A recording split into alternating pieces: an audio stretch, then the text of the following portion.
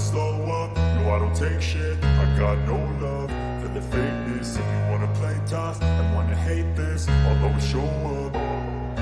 I don't ever slow up, no I don't take shit. I got no love for the fakeness. If you wanna play tough and wanna hate this, I'll always show up and make a statement. Yo, assalamualaikum warahmatullahi wabarakatuh. Selamat datang kembali di channel Kembali Putih, channel yang membahas keresahan-keresahan yang mungkin relate sama kehidupan kita dan coba kita ekstrak menjadi alternatif solusi. Seperti biasa, gue nggak sendiri, bersama Ustadz Muhammad Irfani. Assalamualaikum Ustadz. Waalaikumsalam warahmatullahi wabarakatuh. Gimana kabar Ustadz? Baik, Ustadz. Alhamdulillah sehat. Oh iya, untuk Bro and Sis, di minggu kemarin kita nggak tayang ya. Di episode minggu kemarin tuh kosong karena memang ada satu dan lain hal ya, Ustadz, kesibukan dari kita dan dari dia gitu. Oke Ustadz, untuk kali ini saya coba membahas masalah kesenian Ustadz. Iya. Musik.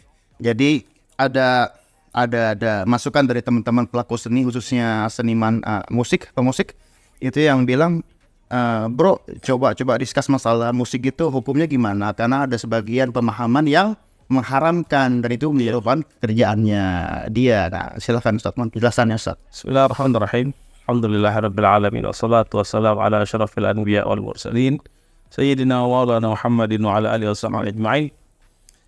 Untuk kali ini kita membahas tentang hal yang memang banyak menjadi satu perdebatan di kalangan masyarakat kita, khususnya umat Islam yang mereka bergelut di dalam dunia musik. Kemudian mereka bingung apa yang menjadi satu alasan musik ini bisa jadi halal atau haram. Mereka mencari satu dalil berdasarkan dengan apa yang ada di dalam kaidah fikih. Itu disebutkan kullu syai'in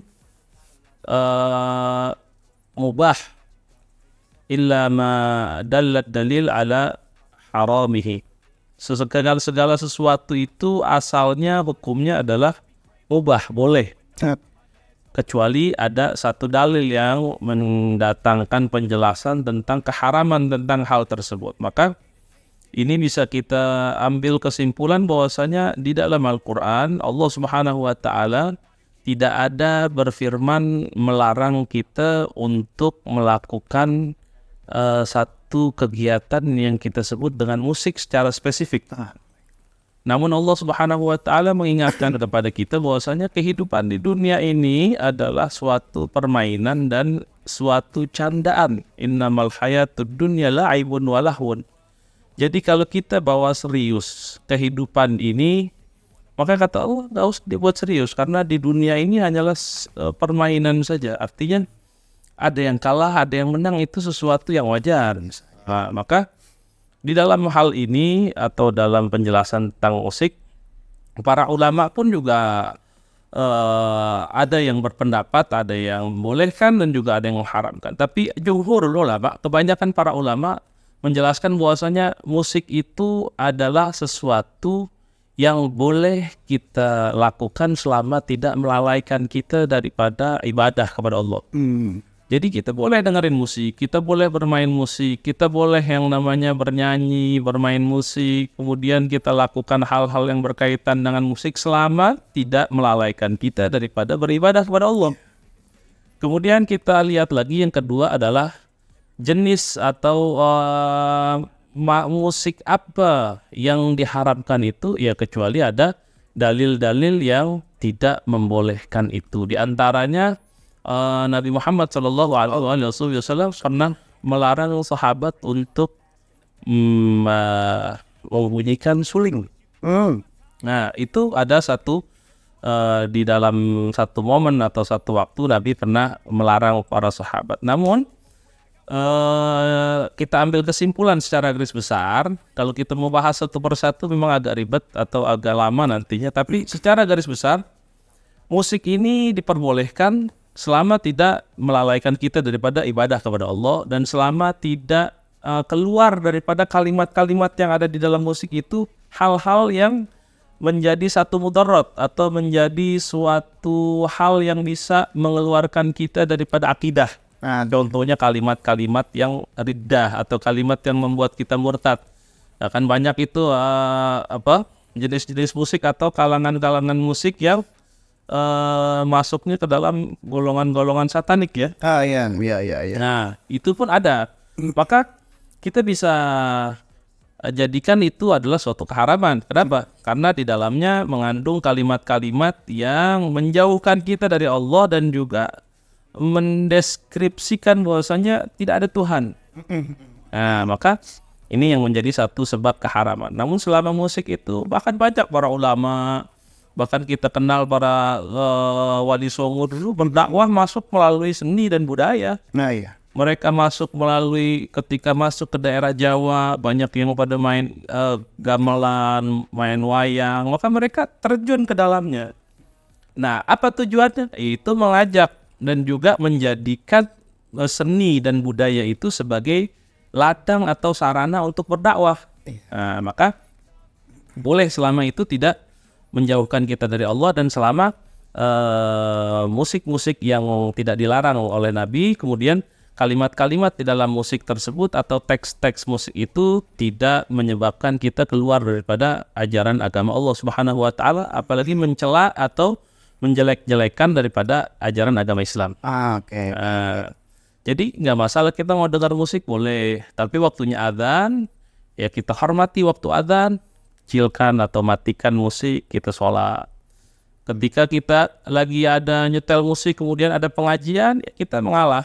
Ya. Karena yang mana yang lebih prioritas, mana yang lebih diutamakan itu taklim, itu belajar. Maka kita harus juga sadar diri bahwasanya kita ini bukan suatu hal yang wajib yang kita kerjakan. Ini hanya sebagai kita hidup ini kadang-kadang sumpah, banyak pikiran, banyak masalah. Ya salah satunya sebagian orang menjadikan musik itu sebagai alternatif untuk merefresh diri mereka.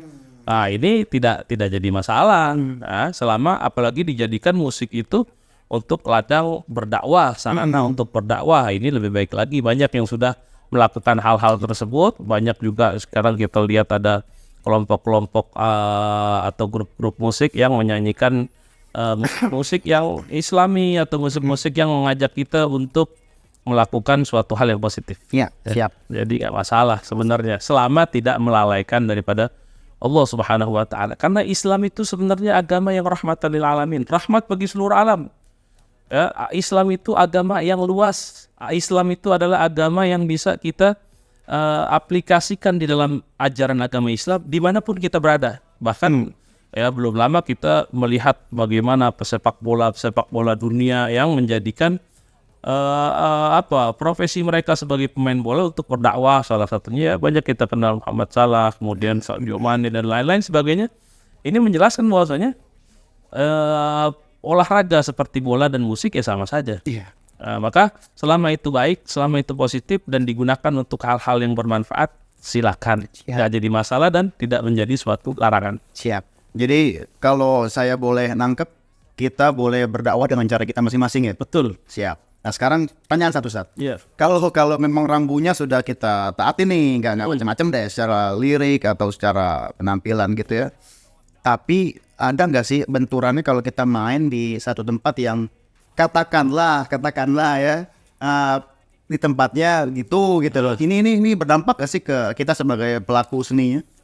Jelas mungkin akan berdampak kepada apa yang kita dapatkan dan kita nggak kembali kepada apa yang kita niatkan. Artinya kita boleh melakukan aktivitas musik, melakukan aktivitas seni, tapi tidak untuk tujuan menghibur atau berada di tempat-tempat hiburan yang ada di dalamnya sumber minuman keras, kemudian ada di dalamnya percampuran antara wanita dan laki-laki yang bukan mahram, kemudian terbuka auratnya. Ini jelas suatu mudarat. Maka hindarkan hal-hal yang seperti itu. Kalau memang kita bisa untuk meninggalkan, untuk tidak tampil di tempat-tempat seperti itu ya lebih baik. Kalau memang kita jadikan musik itu sebagai profesi. Tapi kalau memang kita terpaksa untuk melakukan hal tersebut, ya tobat aja. istighfar, banyak-banyak minta ampun sama Allah Subhanahu wa taala. Mudah-mudahan kerjaan yang dia pernah lakukan, yaitu berada di tempat hiburan atau mungkin ada sponsornya. Kalau kita datang atau kita bermain musik yang sponsornya ya khamar, berarti kan kita mengambil keuntungan daripada uang yang digunakan untuk menjual minuman keras. Ini menjadi satu mudarat. Maka impact-nya atau imbasnya itu ya akan kepada rezeki yang kita makan, rezeki yang kita nafkahi. Jadi kalau memang suka musik ya nggak apa-apa, tapi sekedarnya saja. Ketika kita ibadah, ketika kita harus melakukan kewajiban sebagai umat orang yang beragama Islam, lakukan. Maka ini akan menjadi satu kehidupan yang seimbang antara dunia dan akhirat. Siap. Oke ya. Jadi mungkin ilmu sangat luas ya, Ustaz. Jadi ada beberapa golongan atau kalangan yang mengharamkan, yaitu silahkan aja. Iya. Begitupun juga ada yang tidak mengharamkan, iya. Tapi kalau memang kita sebagai pelaku seni berarti ada tambahan syarat kali ya untuk pertimbangan. Iya, betul. Di mana tampilnya atau kita mesti sign kontrak dengan sponsornya, kita pilih gitu kali ya. Karena dampak ke hasilnya. Oke, sekarang masalahnya gini nih, Ustaz. Kalau ada satu grup, ini grup teman saya kebetulan, itu dia enggak full satu gender, artinya ada perempuannya dan ada laki-lakinya. Itu termasuk perkumpulan yang gimana? Berkumpulan antara laki-laki dan wanita. Ya, satu panggung. Atau kita ya, apalagi kalau wanitanya nggak nutup aurat, nah ini jadi aurat ini sebenarnya. Maka ya kalau bisa dihindarkan. Kalau memang tidak bisa dihindarkan ya berarti masih ada syarat yang belum terpenuhi. Gitu ya. Ya agak ngeringil sedap, tapi berarti emang kalau saya pukul rata nih kesenian ini, sorry para pelaku seni, karena saya pribadi juga kecimpung di bidang itu gitu. Maksudnya kalau saya bilang kesenian ini adalah jalan yang di tepi jurang, bener gak sih? Jalan yang di tepi jurang. Artinya resikonya juga lumayan. Sebenarnya ada resiko lebih besar yang dikatakan oleh Nabi SAW menjadi hakim atau pengacara. Ini profesi yang bisa dibilang ya di tepi jurang ini. Kalau mau benar ya benar sekalian. Kalau mau brengsek ya mereka dikatakan oleh Nabi SAW itu profesi yang banyak daripada orang-orang yang menjadi pelaku daripada profesi itu banyak yang nggak selamat. Itu salah satunya ya itu pengacara dan juga hakim. Karena Nabi. Kalau pelaku musik selama itu nggak jadi mudarat, selama itu tidak menimbulkan hal-hal yang melanggar syariat, ya silakan. Cuman kan identik kalau sekarang pelaku musik seperti itu ya. Maka ya Bang Dede yang selaku pelaku musik berikan contoh yang baik kepada pelaku musik yang lainnya. Bahwasanya musik dulu juga sebagian daripada pelaku musik seperti yang kita kenal ada Raja Dangdut. Oh ya, baik. Ya beliau itu melakukan salah satu aktivitas musik yang digunakan untuk berdakwah, larangan untuk minum khamr, larangan untuk berjudi, larangan dan lain-lain sebagainya. Betul. Maka bisa kita gunakan. Sebenarnya profesi apapun kita bisa gunakan untuk jalur dakwah atau kita gunakan sarana untuk berdakwah. Tinggal kitanya aja. Gimana ngisinya ya? Setuju. Oke, kalau gitu, bro, ini udah gua obrolin ya sama Ustaz Fani. Pokoknya mungkin episode kali ini tentang musik, ada mengharamkan, ada menghalalkan. Kalaupun masuk ke ranah yang boleh-boleh saja, ada syarat dan ketentuan yang berlaku di situ gitu ya kan. Ya udah, kalau gitu mungkin ini bisa ngejawab bro yang nanya tadi, Ustaz. Ya udah, mungkin untuk episode kali ini kita cukupin aja deh. Oke, sebelum saya tutup, biasa untuk bro and sis yang belum klik tombol subscribe dan loncengnya, silahkan. Dan kalau udah, oke, kita ketemu lagi biasa di setiap hari Senin siang insyaallah. Never slow up, no I don't take shit. I got no love for the fakeness. If you wanna play tough and wanna hate this, I'll always show up. I don't ever slow up, no I don't take shit. I got no love for the fakeness. If you wanna play tough and wanna hate